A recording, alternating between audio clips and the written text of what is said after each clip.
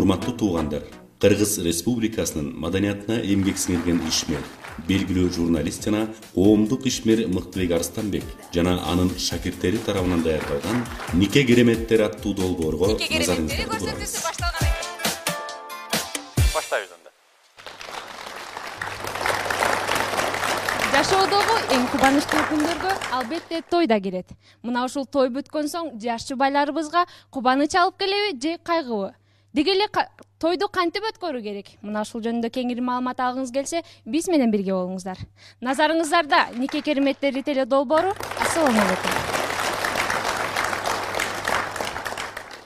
Биздин той жөнүндө кеңири жана туура маалымат алуу үчүн биз студиябызга агайыбыз Мыктыбек Арыстанбекти чакырганбыз. Саламатсызбы? Биздин студиябызга кош келипсиз. Жана ошондой эле бул жерде ушул Ош шаарынын студенттери келип отурушат. Бүгүнкү кыргыз элинин тоюнун мындай абалы кандай? Тойдун өзүнүн негизги максаты эмнеде? Тойдун негизги максаты эмнеде деген маселени чечмейинче 4-5 киши отурган нерсени деле той деп атап койсо боло берет. Туурабы? Жанагы адамдар өлүп атпайбы? Бүгүн Кыргызда өлүп көмгөндө деле мындай карап көрсөң той десең боло берет. Жыргап келип этти жеп, аракты ичип, артысы да бар, комуз чертип, күй чертип атпайбы азыр? Тойдон айырмасы жок болуп калды. Ошон үчүн үйлөнүү тоюнун башка биз Кыргыз азыркы күндө атап жүргөн тойдон эмнеси менен айырмаланат десе, алдына койгон максаты менен айырмаланат да. Бүгүн үйлөнүү тойлору кандай өтүп атат бизде? Келиңиздер бир көрөлүчү. Үйлөнүү той жөнүндө бүгүнкү. Үйлөнүү тойлору боюнча. Мен бүгүнкү үйлөнүү тойлорун негизинен атаандаштык той деп эсептейм. Себеби азыр коомдо бири-бирине атаандашуудан күч алган.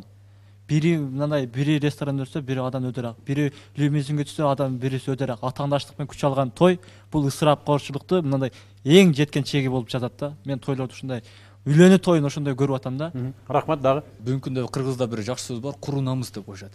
Бул азыр эң четкен жегине жетти да. Ушу куру намыс. Бул кошуна мындай өткөрдү, мен да мындай өткөрүшүм керек деген нерсе пайда болуп атат да.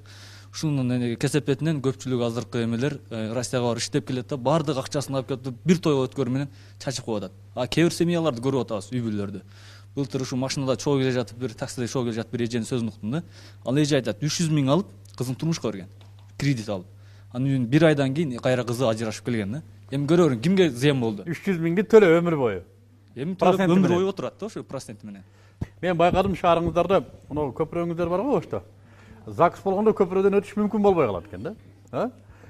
Бардыгы бир түстөгү Мерседестер бир 20-30 ошентип көпүрөнүн үстүндө, ошентип көпүрөдөн түшүү ушундай салт болуп калган окшойт, Мынтип көпүрө менен 20-30 Мерседес бир түстөгү. Анан алдында камера менен оператор сөзсүз түшүш керек экен.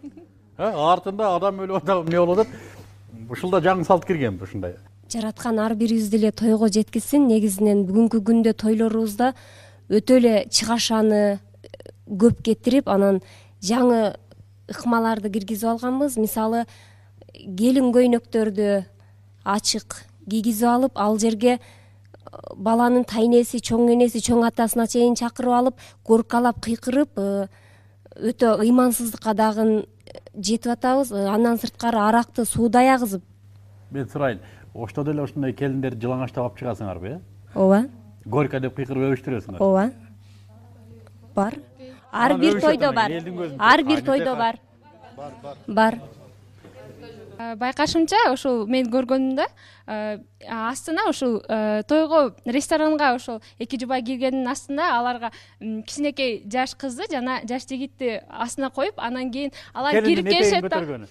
Жок, келиндин эме көйнөгүн көтөрбөйт, алар астында чыгат дагы, аларга көгүчкөн карматып коет. Көгүчкөн кармагандан кийин алар кирип эми ортосуна барганда ал көгүчкөндү ыргытып беришет. Мындай эме болушат да. Ушундай жаңылыктар бар да. Неге ошол көгүчкөндүн эмнеде ошол мааниси? Мен билбейт экем, мен ушул көргөм да. Көгүчкөндүн мааниси бул баягы советтик өлкөлөрдүн маанисинде бул тынчтыктын белгиси болот да, ошондуктан учурса керек деп ойлойм. Азыр сүйүшкөндөрдү голубки деп коюшат да. Ошол себептен дагы бул эки көгүчкөндү учурган ошондон деп да ойлойм. Көгүчкөнгө тең эби? Оштун востогу бар го. Ошол жер хамер менен келет, лимузин менен чисти айтканда. Дуу келет дагы. Мешитке нике кайдан кирет да. Анан имам чыгат дагы, аял заттар орамал таап киргиле дейт да. Эми кирип атат орамал таап, бирок жол салынчы. Тизедин өйдө юбкасы бар да. кирип алып туруп имамдын астына отурат, нике кайтарат да. Бул жаңылык, бирок ошол эле учурда сизге суроо да, болобу болбойбу? Мечитке келет экен да, бул да жаңылык экен да. Бүт бар ЗАГСтан мурун мечитке келип, ошол жерден жолукту салып, киришип, ЗАГС никесин кыйдырып, анан кайра чыгып, шампанский, арак, түшүндүм. Мен мындай деп айтат элем да, туугандар. Могу той өзү жакшы нерсе. Өзү тойго жеткирген болсун. Бирок биздин тойлорубуз өзү шариатта да. Жана кыргыздын жашоосу шариат менен жүргөн илгертен. Кандай дебесин. Мен талашпайм деле, бул кыргыздар отко, сууга, айга, ташка сыйынган дегендерди мен давдырлар дейм. Может сыйынган илгери бир караңгылык замандарда болгондур. Андан кийин биз дин менен жашаган элбиз да, туурабы? Аттарыбыз Абдырахман, Абдырайым болот атпайбы? Туурабы? Мамат Сабыр деп. Эмнеге таң-туң чуң-чаң эмес? Демек биз динге урмат кылган, дин менен жашаган элбиз да. Демек биздин тойлорубуз сөзсүз динге негизделген той эле. Элден бата алабыз деген той эле. Өзү тойдун негизги мааниси, 2-3 эле мааниси бар. Той берүүдүн 2-3 мааниси. Биринчиси, жана өзүңөр айткандай туугандашуу. Туугандарды чакырып бир көздөн өткөрөлү, бир тууганчылык кылып отуралы. Экинчиси, бул элден бата алуу. Аллах субханаху ва таала вада кылып атат. 3 нерсени, 3 батаны мен 4 батаны. 3 бата бир каргыш. 4-нчүсү каргыш. 4 бата деп коелу. 4 өтүнүчтү пардасы жок кабыл кылам деп атат да. Ата-эненин дуасы, мусафирдин дуасы, элдин дуасы, жамааттын дуасы, жана укугу тебеленгендин каргышы. Ошону мен кабыл кылам деп атат. Эми элди жыйып, ага тамакты берип, пешене терменен табылган тамакты. Көңүлүн ачып, оюндарды өткөрүп берип, анан кетип атканда 50 сомдон таштап кеткиле дебейсиң. Эли журт кел, силердин дуаңарды Аллах кабыл кылат экен. Ошо 2 жашка бакыт тилеп, дуа берип койгула. Деп Аллах вада кылып атат ошону. Деп элден дуа алыш максат. Анан үчүнчүсү, чындыгында элге никени жарыялап кой. Бүгүндөн баштап мына экөө эр катын үй бүлө. Туугандаш кыла, катташ кыла, карым катнаш, чарба ортодо жашырын эмес, ачык жарыяланып атат. Мына ушул 3 мекеме тең эмнени көздөп атат десе, жараткан жаратуучунун ыраазылыгы үчүн болуп атат ушул нерсе. Пайгамбарыбыз айтат: кедей жок той, каргыш тийген той болсун деп атат.